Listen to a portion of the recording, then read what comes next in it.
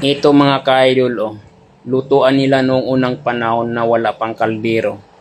Ang gamit nila dito ay bato. Kaya pala noong unang panahon ay talagang nabubuhay yung mga tao kasi ganito ang ginagamit nila kapag nagluluto sila ng pagkain. Biruin mo naman pati yung pagluto ng tinapay, ulam, andyan na sa bato na yan.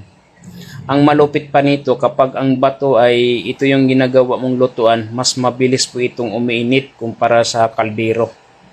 Ayan mga ka-idol. At saka yung init nito matagal din siyang mawawala. Yun po ang kagandahan.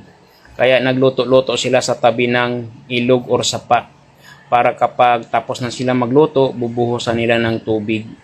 Para mas mabilis siyang lumamig. Ayan, oh, ang galing yung pagkagawa nila. At saka yung apoy nila, talagang makikita mo naman dito.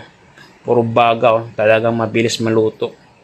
Yan talaga, mga ganitong lutuan ay talagang organic. Walang halong chemical ito. Kaya mga tao nung unang panahon ay talagang tumatanda sila na walang sakit.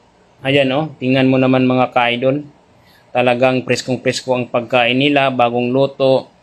Kung makikita mo dito ay matanda na din sila.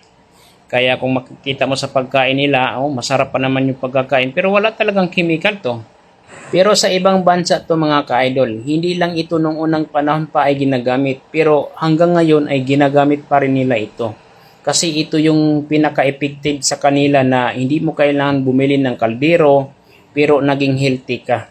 So ito na yun, yung bato na yun. Pero dito sa atin, wala pa akong nakita na ganito ang ginagamit nilang kaldero. Ibig sabihin nito, kung mayroong nagbibenta ng ganitong klaseng kaldero na bato ang ginagamit, eh talagang mabenta. Ngayon mga ka-idol, at least nakakuha na kayo ng idea. So ngayon, kung katabi lang ninyo yung ilog ninyo dyan na maraming bato, maghanap kayo ng malapad na bato at gagawin mong kaldero, siyempre bago mo ibibenta yan, testing mo muna kung talagang makaluto siya.